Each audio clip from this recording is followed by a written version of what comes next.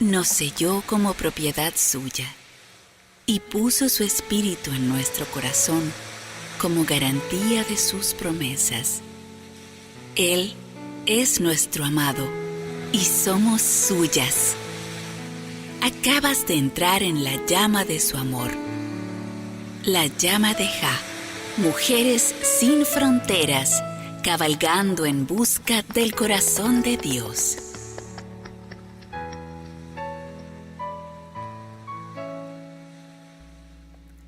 Tiene derecho a guardar silencio. Cualquier cosa que diga podrá ser utilizada en su contra en un tribunal.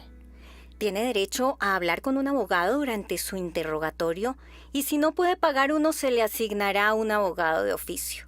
¿Le han quedado claros sus derechos? Sé que te toman por sorpresa estas palabras y me gustaría saber qué imágenes pasaron por tu mente al escucharlas, porque estoy segura que si no las sabes de memoria, las has escuchado alguna vez en el cine o la televisión. ¿Y por qué no?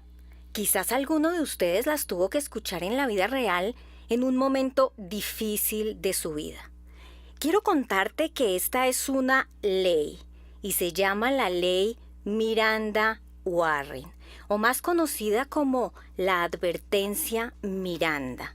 Como dato, quiero dejarte que fue establecida hace más de medio siglo en los Estados Unidos, pero que hoy opera en casi todo el mundo. Hay una interesante historia detrás de su creación que les contaré en la segunda parte de este mensaje, porque hoy nos vamos a concentrar en lo que ordena esta advertencia. Pero ¿por qué hablar de una ley hecha por hombres?, te estarás preguntando. Te aseguro que después de escuchar este mensaje te darás cuenta que fue una ley bajada del cielo. Y es por esto que le dio el título al mensaje que compartiré hoy. La Biblia, en más de 200 versículos, nos enseña y advierte además acerca del uso no solo de nuestras palabras, sino de nuestro silencio y de la importancia de un miembro tan pequeño como la lengua, con la que podemos edificar, pero también destruir. Mateo 12:37 dice, porque por tus palabras serás justificado y por tus palabras serás condenado. Y es completamente claro, ¿verdad? Pero hay aquí algo que pocos pueden ver y se llama autoincriminación. Voy a repetírtelo, autoincriminación. Así que por esto recurrí a este procedimiento policial de rutina, para poder explicarlo y también para que nunca olvides que todo lo que digas podrá ser utilizado en tu contra en un tribunal. Entonces, este conjunto de palabras nos quieren decir que si somos acusados de un presunto delito, guardemos silencio en ese instante. Sí, en ese preciso instante de la acusación, para no morir en el intento por defendernos. Y es que así como el sol sale para justos e injustos, esta ley también cobija a buenos y malos.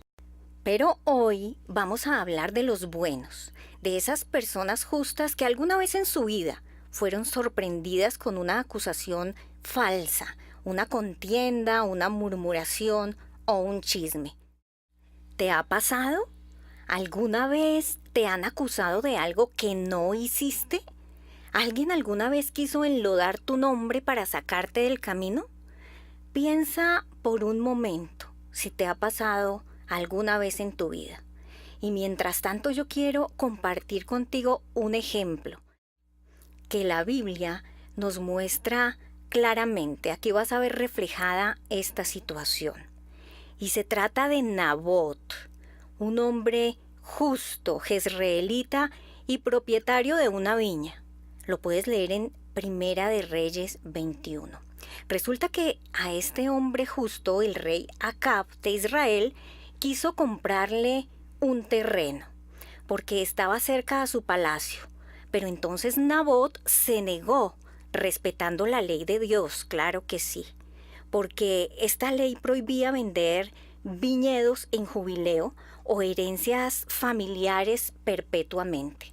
Así que al enterarse Jezabel, esposa del rey Acab, de la negativa de Nabot, diseñó un plan que consistió en buscar testigos falsos que acusaran a Nabot de blasfemia contra Dios y contra el rey delante del pueblo. Y no solamente esto, además solicitó que fueran apedreados. ¿Cómo crees que se sintió Nabot cuando en un día normal de repente empieza a ser apedreado por la gente hasta matarlo? Quiero que vayas a esa escena un momento y pienses qué pasó por la mente de Nabot. No entiendes nada de lo que está pasando y pasa tan rápido además que no te da tiempo de pensar qué es lo correcto, qué debes hacer. La confusión se apodera de ti, así como también se apoderó de Nabot, creo yo. La Biblia realmente no nos dice si Nabot se defendió o guardó silencio. Solo nos dice que fue llevado fuera de la ciudad y que fue apedreado y muerto. Antes de sacar conclusiones, quiero que regresemos a nuestros días, a tu universidad, a tu trabajo, tus relaciones familiares, conyugales, a tu iglesia incluso. Y piensa otro momento más en ese alguien que tal vez te quita la paz. Un alguien que necesita apagar la luz de otros para que la suya pueda brillar. ¿Has escuchado esta frase alguna vez? La dijo Gandhi y me parece apropiada. Aunque si quieres, en nuestro lenguaje, diríamos sacar del camino a quienes consideran un obstáculo para lograr sus objetivos. Generalmente estas son personas astutas que saben cómo convertirse en la mano derecha de quien representa a la autoridad. Me refiero a ese maestro, a ese jefe, a ese pastor, a ese esposo, a ese líder. Y se convierten en su informante principal, disfrazando, eso sí, el chisme de protección. ¿Te sientes vigilado, frustrado, abatido, malhumorado, cansado, sin saber cómo actuar correctamente ante esta situación? Pues tienes que presenciar casos injustos todos los días. Entonces surge la gran pregunta: ¿hablo o callo? ¿Piensas entonces que quizás unas cuantas palabras tuyas podrían cambiar la situación? Así que tienes un guión listo en tu mente, eso sí, basado en tus emociones, y lo repites frente al espejo de día y de noche, esperando el anhelado día de confrontar. Qué bonita palabra, ¿verdad? Suena bien hasta que el temor susurra a tu oído: habrá consecuencias. Y aquí empiezas tú a dudar, a pensar en tu credibilidad primero que todo, y de allí tu estabilidad, tu matrimonio, tu economía o tu título académico. Esto es ganar o perder todo aquello que te ha costado tanto esfuerzo. Porque ¿sabías que las confrontaciones generalmente inducen a la autoincriminación? ¿Recuerdas esta palabra, la que dijimos al inicio del mensaje? Bueno, para darte una idea de lo que pasa después de una de esas anheladas o esperadas confrontaciones, quiero que imagines algo. Vas caminando por una acera con tu mejor vestido, limpio, zapatos brillantes, muy bien peinado, tranquilo, feliz y dispuesto a pasar un gran día con amigos en algún lugar. Y de repente pasa un carro por la vía. Alcanzas a visualizar un charco que no habías visto, pero es tarde. La velocidad del carro aumenta y cuando te das cuenta, solo sientes el agua sucia que recorre tu cara y tu traje. ¿Qué piensas? ¿Qué sientes? ¿Qué dices? ¿Y a quién? Voy a responder sin miedo a equivocarme. En ese momento, la velocidad de nuestra mente iguala la velocidad del carro que nos salpicó y afloran todas nuestras emociones juntas, por no decir que explotan en ira, y no precisamente ira santa. No voy a repetir las palabras que acabas de pensar por el horario familiar, pero sí voy a decirte que tienes solo dos opciones. La primera, regresar a tu casa y quedarte ahí pensando en lo que pasó. La segunda, seguir tu camino a la cita, dar algunas explicaciones y tratar de pasar el resto del día sin que nadie te pregunte qué pasó. ¿Por qué te llevé a esta situación? Porque ese es el resultado de confrontar necios. No vas a sacar nada y en ninguna de las dos opciones tú vas a tener paz y vas a tener tranquilidad. Proverbios 26:4 dice: no respondas al necio de acuerdo a su necedad. No seas tú también como él. Pero vamos al punto. ¿Qué es lo correcto entonces? Como siempre, para responder esta pregunta, el indicado para enseñarnos es Jesús. ¿Qué hizo él frente a esta situación? Recuerda que Jesús fue probado en todo, como nosotros, pero sin pecado. Lo puedes leer en Hebreos 4:15. Él fue acusado también injustamente. Fue acusado de ser instrumento de Satanás, de blasfemia, de agitador político. Fue vigilado día y noche. Fue puesto a prueba con preguntas. Se le pidió consejo con malicia. Fue acechado y espiado. ¿Para qué? Para sorprenderlo en el pecado que solo se dibujaba en las mentes de aquellos que Jesús llamó entre muchos otros nombres guías ciegos. Lucas 12:1. Estos son los mismos fariseos. Tal vez esta palabra te suena más familiar y aún más si piensas en la situación que atraviesas actualmente. ¿Quiénes eran los fariseos? Sacerdotes que priorizaban la tradición sobre la autoridad de la palabra. Fieles a ella en ciertas doctrinas, pero con una relación hacia Dios basada en una lista de reglas y de rituales. Si te parece familiar esta descripción, vas a responder la primera pregunta con la que te acusabas en esa encrucijada de si hablar o callar, porque sé que muchas veces te preguntaste, ¿guardar silencio es realmente sabiduría o es cobardía?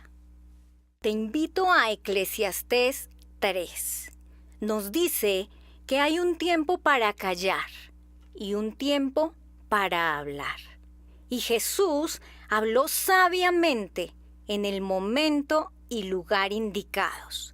Eso sí, con dolor por la condición espiritual de aquellas personas en autoridad. Dijo: fariseos hipócritas, porque devoráis las casas de las viudas y por pretexto haces largas oraciones. Lucas 20:47. Y cuando fue acusado de sanar en sábado, dijo: ¿a quién se le cae un hijo o un buey en día de reposo y no lo saca inmediatamente? Como te darás cuenta, Jesús habló a favor de los abatidos, de los que no podían defenderse. Él levantó la voz por los que no tenían voz. Garantizó su justicia. Y esto también lo puedes leer en Proverbios 31:8. Ese fue su tiempo de hablar. Frente a Pilato respondió ser el rey de los judíos, pero al ser acusado por los jefes de los sacerdotes y los ancianos, Jesús guardó silencio. Mateo 27:12. No les concedió el poder sobre su vida. Su silencio venció la calumnia y la murmuración. Así que no malinterpretes el silencio del que tanto nos habla la palabra. Recuerda a Jesús, recuerda la ley Miranda. Permanecer callado en el momento indicado es una ley hecha en el cielo que te protege en la tierra. Úsala, porque el silencio no es permanente, solo es una opinión sabia a tiempo. Puedes escribirlo. ¿Qué conversación tienes pendiente ante esa encrucijada de hablar o callar? Piensa y habla ante la injusticia, eso sí, sin que la inconformidad se adueñe de tu carácter. ¿Para qué? Para que el Espíritu Santo tome el control. Aquí quiero que recuerdes Efesios 4:26. Airaos, pero no pequéis, porque también tienes ese derecho. Te puedes airar, pero no caer en el pecado de hablar en el momento equivocado. Calla ante la calumnia, calla ante la contienda, ante el chisme, porque allí es cuando Dios hablará por ti conforme a tu fe, porque el poder lo tiene Dios sobre nuestra vida, ¿lo crees? La última palabra es de Él, y Jesús, recuerda, vino al rescate por muchos. Nabot murió. ¿Recuerdas que teníamos esta conclusión pendiente? Él murió, pero Dios tomó el control. Evitó que Acab y Jezabel se apropiaran de las tierras de Nabot. Y del versículo 19 al 23, Elías anuncia la palabra de Jehová sobre el mal que vendrá sobre la casa de Acab. La conclusión creo que la tienes, y fue muerte en estos dos casos. Así que la justicia no es nuestra, no nos corresponde, pero el control de nuestras palabras sí. Proverbios 18:21 dice que la muerte y la vida están en el poder de la lengua, palabras y silencios. Pero hay buenas noticias, no estamos solos en esto. Dios nos hizo, nos conoce nuestras debilidades, también conoce nuestras emociones. Así que humillémonos ante Él si hemos usado mal nuestra lengua.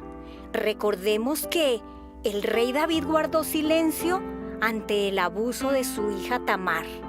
María y Aarón murmuraron contra Moisés. Poncio Pilato guardó silencio ante la presión del pueblo judío para enviar a la cruz a nuestro Señor Jesús. Judas habló de Jesús con los fariseos. Elí guardó silencio ante el pecado de sus hijos. Y Pedro negó a Jesús 3 veces. Como verás, fueron palabras y silencios de vida y muerte. Pero llega Jesús nuevamente a darnos esperanza, a decirnos que no todo está perdido, a guiarnos, así como guió a Pedro después de ver sus lágrimas y su genuino arrepentimiento. Lo guió a revocar y reemplazar sus palabras de negación preguntándole, ¿me amas? Una vez por cada negación. Lo puedes leer en Juan 21, del 15 al 19. Así que si tú has negado a Cristo, te invito hoy a hacer la confesión correcta, usando bien tus palabras, tu silencio, tus derechos.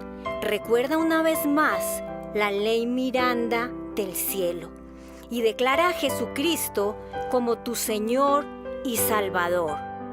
Así que si has pecado, hoy puedes arrepentirte, cancelar lo dicho y reemplazarlo diciendo las veces que sea necesario: te amo, Jesús, y te acepto hoy en mi vida como mi Señor y Salvador.